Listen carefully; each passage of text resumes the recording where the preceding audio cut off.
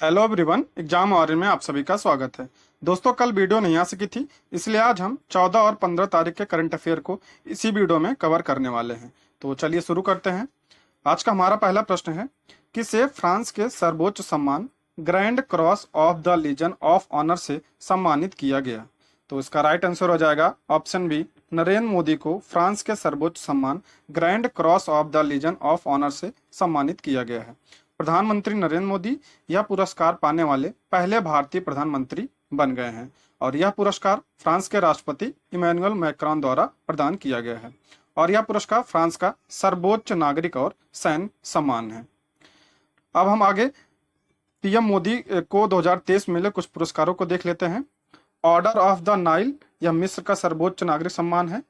Companion of the order of Logohu, या Papua New Guinea का सर्वोच्च नागरिक सम्मान है। Companion of the order of Fiji, या फिजी का सर्वोच्च नागरिक सम्मान है।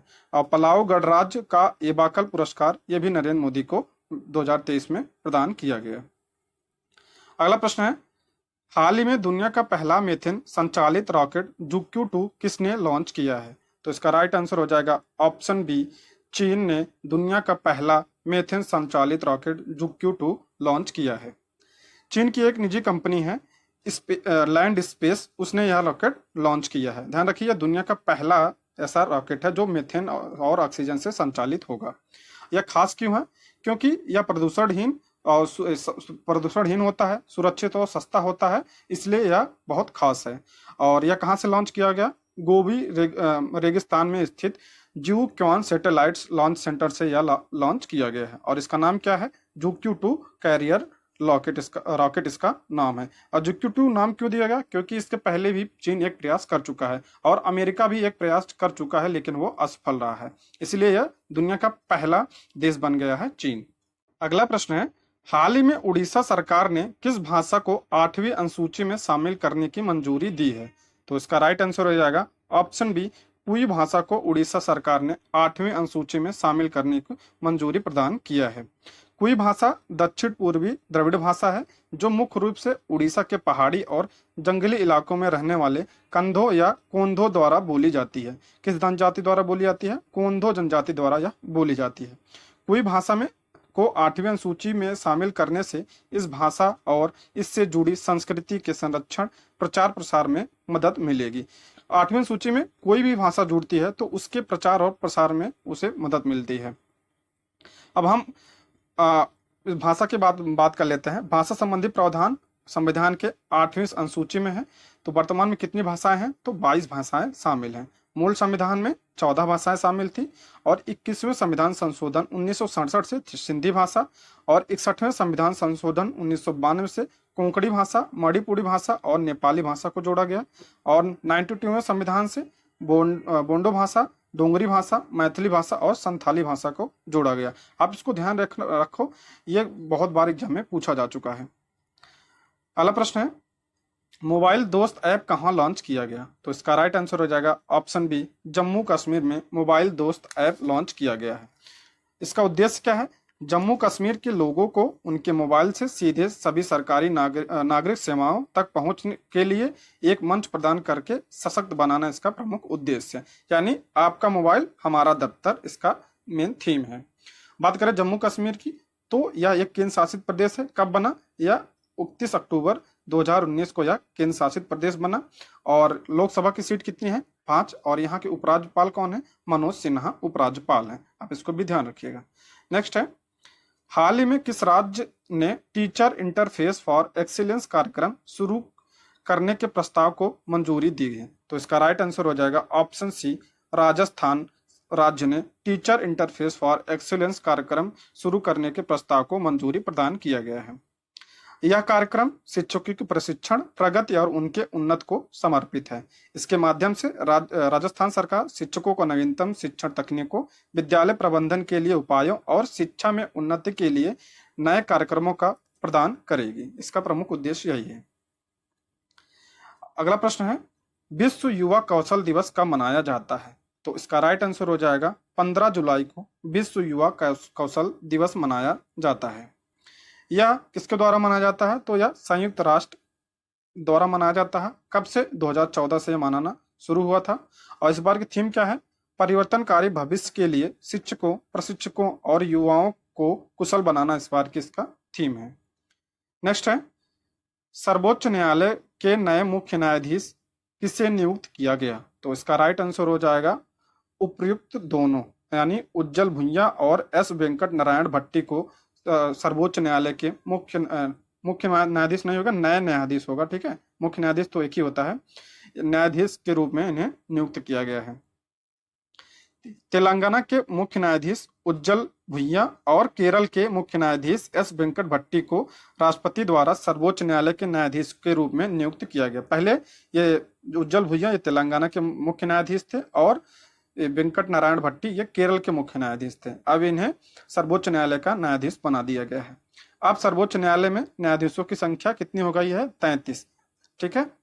अभी भी एक पद रिक्त है, कितने होने चाहिए? तो 34 होने चाहिए, यानी 33 प्लस 1 होता है, तो एक जो है मुख्य न्यायाधीश होता है और 33 न्यायाधीश होते हैं। अभी एक पद रिक्त है। अगला प्रश्न है, महिलाओं के विरुद्ध अपराध के मामलों के निपटारे में कौन सा राज्य या केंद्र शासित प्रदेश शीर्ष पे है? तो इसका राइट आंसर हो जाएगा option B, Dadar Nagar Haveli and Daman Diu महिलाओं के विरुद्ध अपराध के मामले के निपटारे में शीर्ष स्थान पर है। इसके बारे में देख लेते हैं। दादर नगर हवेली और दमन दीव ने 98.30% मामले के निपटारण के साथ पहला स्थान हासिल किया गया है, यानी लगभग 100% यहाँ महिलाओं के खिलाफ जो FIR होते हैं उसका निपटारण किया जाता है। वहीं दूसरे स्थान पर उत्तर प्रदेश है, 97.80% FIR का निस्तारण किया गया है। और तीसरे स्थान पर कौन है? पुडुचेरी। और अंतिम स्थान पर इसमें कौन है? बिहार, ठीक है। अगला प्रश्न है, हाल ही में किस राज्य का पहला और भारत का 36वां उड़ान प्रशिक्षण स्कूल खोला गया? तो इसका राइट आंसर हो जाएगा ऑप्शन ए, तमिलनाडु में राज्य का पहला और भारत का 36वां उड़ान प्रशिक्षण स्कूल खोला गया है। नगर विमानन महानिदेशालय यानी DCGA ने भारत के तमिलनाडु में पहला उड़ान प्रशिक्षण संगठन स्थापित करने के लिए EKVI air training organisation private limited को मंजूरी दी है। किसे? EKV air training organisation private limited को। और इसका संचालन कहाँ से होगा? सलेम हवाई अड्डा, तमिलनाडु से। अब DCGA के बारे में बात कर लेते हैं। तो यह भारत में नागरिक उड्डयन के लिए नियामक प्राधिकरण है। इसका फोकस हवाई परिवहन सेवाओं में सुरक्षा सुनिश्चित करना इसका प्रमुख लक्ष्य है। और नागरिक उड्डयन महानिदेशक इस टाइम महानिदेशक कौन है? तो विक्रम देव दत्त। बात करें तमिलनाडु की, तो तमिलनाडु की तो मुख्यमंत्री कौन है? MK Stalin. गवर्नर कौन है? आर्यन रवि। और लोकसभा कितनी सीटें हैं? तो 39 सीटें हैं। राज्यसभा की 18 सीटें हैं। आप इसको भी ध्यान रखिएगा। नेक्स्ट है, हाल ही में ICC player of the month पुरुष जून 2023 के लिए किसे चुना गया है? तो इसका राइट आंसर हो जाएगा ऑप्शन ए, वनंदु हसरंगा को ICC player of the month पुरुष जून 2023 चुना गया है। ये कहाँ के खिलाड़ी हैं? तो ये श्रीलंका के खिलाड़ी हैं। और महिला वर्ग में प्लेयर ऑफ द मंथ किसे चुना गया है? एस्ले गार्डन की। ये ऑस्ट्रेलिया के खिलाड़ी, ये तीसरी बार जो है प्लेयर ऑफ द मंथ चुनी गई है, ठीक है। बात करें ICC की, तो स्थापना कब हुई थी? स्थापना 15 जून 1909 को हुई थी। मुख्यालय कहाँ है? दुबई और UAE में। और चेयरमैन कौन है इस टाइम पे? Greg Berkeley. ये है वनंदु हसरंगा और ये है एस्ले गार्डनर। अगला प्रश्न है, सागर संपर्क differential global navigation satellite system किसने लॉन्च किया है? तो इसका राइट आंसर हो जाएगा ऑप्शन बी, सर्वानंद सोनेवाल ने सागर संपर्क डिफरेंशियल ग्लोबल नेविगेशन सिस्टम को लॉन्च किया गया है। केंद्रीय बंदरगाह, जहाजरानी और जलमार्ग मंत्री सर्वानंद सोनेवाल ने भारत में समुद्री क्षेत्र को मजबूत करने के लिए सागर संपर्क differential global navigation satellite system का उद्घाटन किया है। इसके माध्यम से समुद्र में नाविकों द्वारा सही स्थिति का पता लगाया जा सकेगा।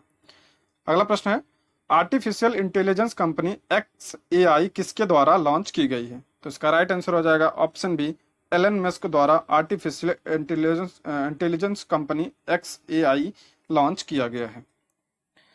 टेस्ला और SpaceX के CEO और ट्विटर के मालिक एलन मस्क ने एक नए आर्टिफिशियल इंटेलिजेंस कंपनी XAI को लॉन्च किया है। अगला प्रश्न है, पारंपरिक दबाव पर आसियान देशों के सम्मेलन की मेजबानी कौन सा देश करेगा? तो इसका राइट आंसर हो जाएगा ऑप्शन बी, भारत जो है पारंपरिक दबाव पर आसियान देशों का सम्मेलन की मेजबानी कर रहा है। आयुष मंत्रालय 20 जुलाई 2023 को आसियान देशों के लिए पारंपरिक दबाव पर सम्मेलन का आयोजन कर रहा है। इसका उद्देश्य क्या है? पारंपरिक दबाव के क्षेत्र में भारत और आसियान देशों के बीच सहयोग और ज्ञान का साझाकरण को मजबूत करना इसका प्रमुख उद्देश्य है। बात करते हैं आसियान की, तो इसकी स्थापना 1967 में हुई थी। मुख्यालय कहाँ? जकार्ता, इंडोनेशिया में। सदस्य कितने हैं? तो 11 सदस्य देश में हैं।